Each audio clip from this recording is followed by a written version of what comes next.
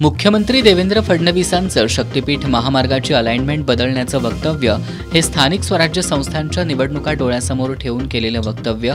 आमदार सतेज पाटील यांची टीका. गडहिंग्लज तालुक्याचा अतिवृष्टीग्रस्त तालुक्यांमध्ये समावेश करा. महाविकास आघाडीच्या शिष्टमंडळाचं जिल्हाधिकाऱ्यांना निवेदन.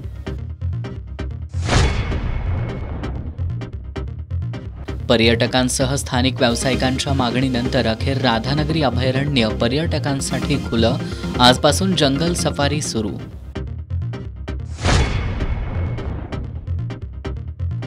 आजरा, चंदगड, गडहिंग्लज या काँग्रेसचा बालेकिल्ला असणाऱ्या तालुक्यातून स्थानिक स्वराज्य संस्थांच्या निवडणुका एकसंधपणे लढत मोठं यश मिळवून तिन्ही तालुक्यातील काँग्रेस पदाधिकारी आणि कार्यकर्त्यांचा निर्धार. आमदार सतेज पाटील यांनी निवडणुकांच्या पार्श्वभूमीवर पदाधिकारी आणि कार्यकर्त्यांशी साधला संवाद. आणि कोल्हापूर जिल्ह्याच्या विविध भागात अवकाळी पावसानं खरीपाच्या काढणीच्या हंगामाला अवकळा.